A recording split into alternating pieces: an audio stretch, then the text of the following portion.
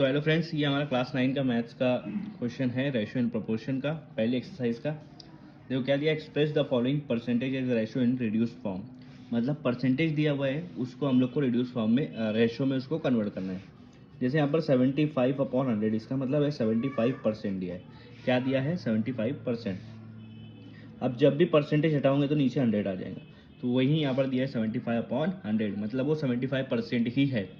अब इसको हम लोगों को रिड्यूस करना है रेशो में, मतलब इनको कट करना है जहाँ तक कट होते हैं, जहाँ तक के आपका प्राइम नंबर नहीं आ जाता है। ठीक है, देखो जिसको आता है 25 का टेबल हो तो डायरेक्ट कर सकता है, 25 3 जा 25 4 जा। जिसको नहीं आता है वो यहाँ पर इस तरह से आप ये निकाल लो, उसका प्राइम फैक्टर्स 75 5 के टेबल में आते हैं। 5 1 जा 5, 2 इसको दे दिया, 5 5 जा 25।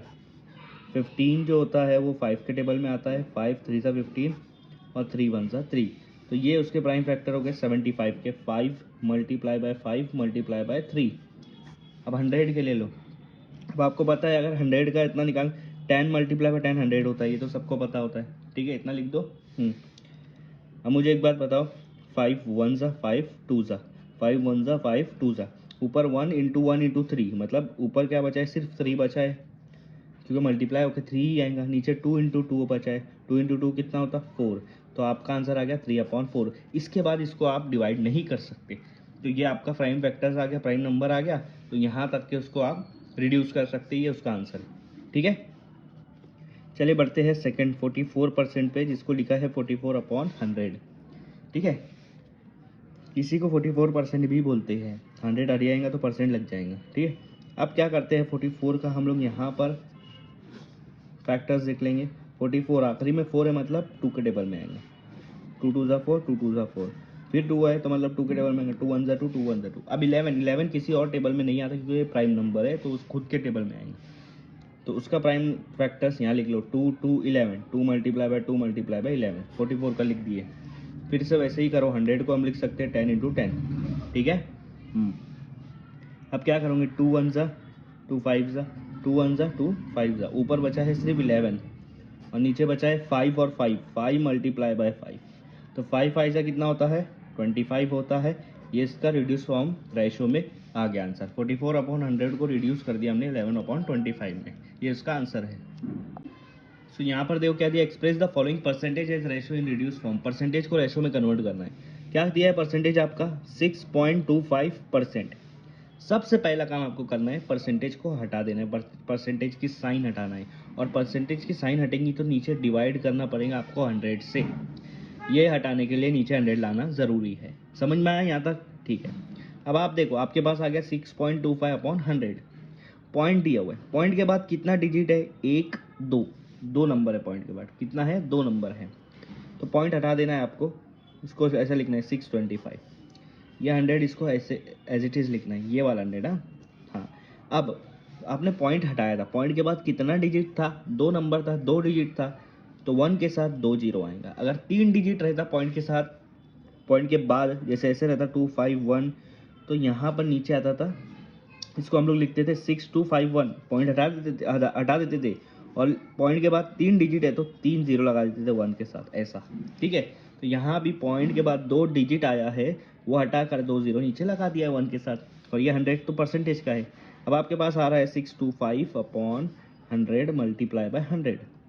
ठीक है, मुझे एक बात बताओ, 625 क्या होता है? अगर आपको नहीं समझ रहा तो आप रेशो से फैक्टर निकाल लो, लेकिन एक चीज़ भी बताऊंगा आपको, स्क्वायर पता होना चाहिए। तो 625 किसका स्क्वायर है? 25 का। तो मैं इसको 25 मल्टीप्लाई बाय 25 लिख सकता हूँ। 25 का स्क्वायर मतलब 25 मल्टीप्लाई बाय 25 कितना आता है? 625 आता है। और नीचे कितना है? 100 मल्टीप्लाई बाय 100। आया समझ में? अब अगर और नहीं समझ रहे, 25 किसका स्क्वायर है? 25 स्क्वायर है 5 का। 5 5 जा 25, तो 25 लिखो या 5 5 जा लिखो, एक ही होता है। ये 25 वापस आया, इसको वापस 5 इंटू 5 लिख सकते हो आप। ये आपका आ गया 5 5 5 5, 625 ही आता है। नीचे 100 है, 100 को आप लिख सकते हो 10 इंटू 10। ये वाले 100 को भी लिख सकते हो आप 10 इंटू 10। तो आया समझ में आपके? ये समझ में आया? 4 5 है और 4 10 है। अब आप बोलो, एक 5 5 1 जा 5 2 जा, ये भी 5 1 जा 5 2 जा, ये भी सेम, ये भी सेम। तो ऊपर 1 multiply by 1 multiply by 1 multiply by 1, 1 को 1000 बार भी मल्टीप्लाई करेंगे 1 से तो 1 ही आंसर आएगा। नीचे 2 2 ज़ा 4, 4 2 ज़ा 8, 8 2 ज़ा 16। तो आपका आंसर क्या है 1/16। तो ये आपका आंसर आ रहा है 1/16, 6.25%।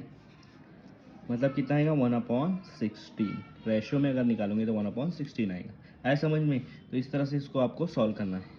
तो ये आपका फोर्थ क्वेश्चन है, express the following percentage as ratio in reduce form. Percentage को रेशियो में कन्वर्ट करने का। और क्या दिया हुआ है 52/100, जिसको आप 52% भी कह सकते हो।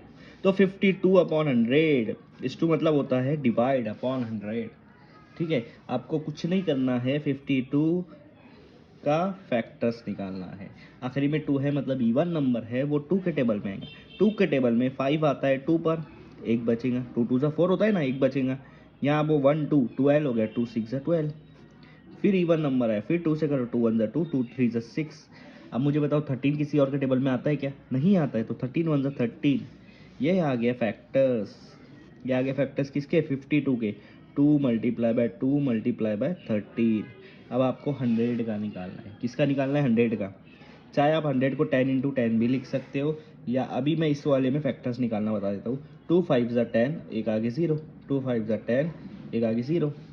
2 2 ज़ा 4, एक इसको देंगे 2 5 ज़ा 10। अब 25 किसके टेबल में आता है? 5 के। 5 5 ज़ा, और 5 किसके टेबल में आता है? उसके खुद के, 5 1 ज़ा। तो ये इसके प्राइम फैक्टर्स हो गए किसके? 100 के। 2 2 5 5 लिख दो, 2 2 5 और 5, खत्म। अब आप सेम सेम को कट कर दो, सेम सेम को कट कर दो। यहाँ ऊपर क्या बच रहा है? 13। यहाँ नीचे क्या बच रहा है? 5 इंटू 5 कितना होता है? 25। तो ये आपका आंसर आ गया 13/25। ये आपका आंसर आ गया। सो देखो ये आपका फिफ्थ क्वेश्चन, इस वाले express the following percentage as ratio in reduce form. इसका लास्ट क्वेश्चन है, मतलब परसेंटेज को रेशो में कन्वर्ट करने का। क्या दिया हुआ है? 0.64। अब आपका आगे क्या है? परसेंटेज की साइन है। तो परसेंटेज की साइन हमारे को नहीं लगने वाली, रेशो में कन्वर्ट कर रहे हैं मतलब डिवाइड में। तो उसको हटाने के लिए डिवाइड बाय 100 कर दो। 100 से उसको डिवाइड कर दो, जो भी नंबर है आपका, जिसके भी आगे परसेंटेज है उसको डिवाइड कर दो 100 से। यहाँ तक कम समझ में आया? समझ में आ गया।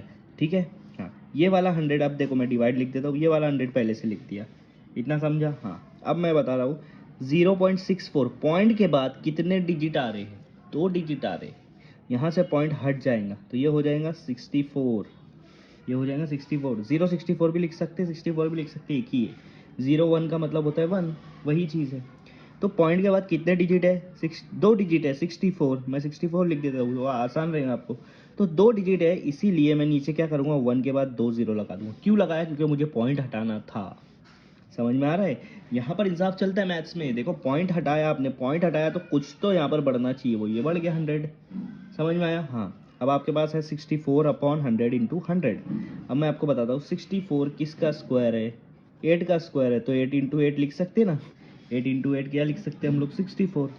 100 किसका स्क्वायर है? 10 का, तो 10 इंटू 10 लिख सकते हैं, लिख सकते हैं। ये वाले 100 किसका स्क्वायर है? वो भी 10 का है, 10 इंटू 10 100। तो 10 इंटू 10 100 होगा, ये 10 इंटू 10 100 होगा, 8 इंटू 8 64 होगा। समझ में आ रहा? हाँ। तो सिंपल कंसेप्ट चल रहा है अभी तक के। हाँ। आप क्या कर सकते हैं? अब हम लोग इसको डिवाइड कर सकते हैं। 8 2 के टेबल में आता 4 पर, ठीक है। 2 के टेबल में आता 5 पर, 2 के टेबल में आता 4 पर, 2 के टेबल में आता 5 पर। ऊपर 4 और 4 बचा तो मैं लिख दूंगा 4 इंटू 4। नीचे क्या बचा? 5 5 10 10।